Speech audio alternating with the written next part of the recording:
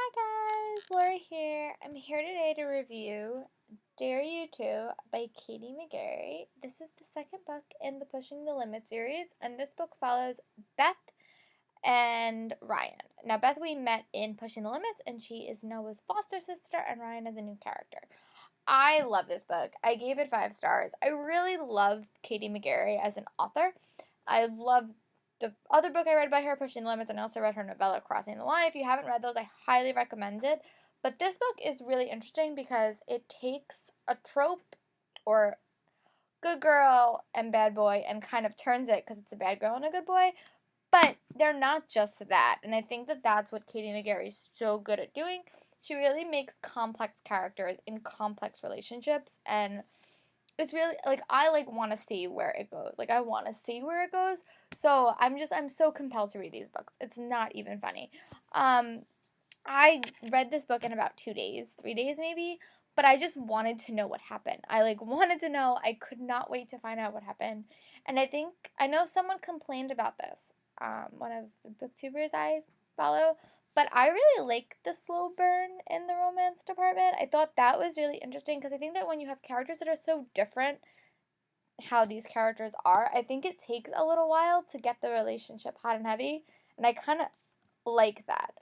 I liked also how Ryan just wasn't just a good boy, and I think that it shows because in life there's no just you're not just a good boy or a bad boy. You're kind of in between, and I like how they both had home problems, but they weren't both as obvious as you might have expected them to be. So I really admired that in Katie McGarry.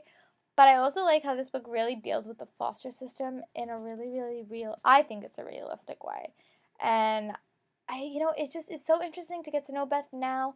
I really want to go back and reread Pushing the Limits now that I know more about her, because I think that it would explain her character, who I thought she was just selfish in book one. I just really did. And now that I know her whole past and her whole history, it makes a lot of sense. So I highly recommend, if you've read Pushing the Limits and kind of thought Beth was selfish, read Dare You To, because it will give you so much more information about her character.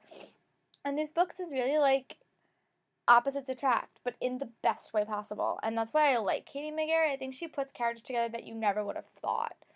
I really can't pick a favorite. I think when I finish reading Take Me On, I'm going to do a spoiler review of all of them together and do kind of my favorites in that. But I'll have all the books by Christmas, so I hope I'll be able to read them in quick succession. Check out my Christmas book haul coming in December and my November book haul coming up soon. Tonight, probably. But yeah, so it was such a gut-wrenching, heartbreaking, compelling contemporaries. Contemporaries have become my thing recently. So I like Katie McGarry as an author, and I think she does a really good capturing the teenage experience. I liked how we saw the characters from Pushing the Limits, and I like how there really was a love triangle in this book, but it was so obvious that she was meant to be with one person, and I think that that's kind of what it came from. But yeah, I'm really, really, really excited that I read it, and I cannot wait to read more by Katie McGarry. If you have read Dare You To, comment below. Let's talk.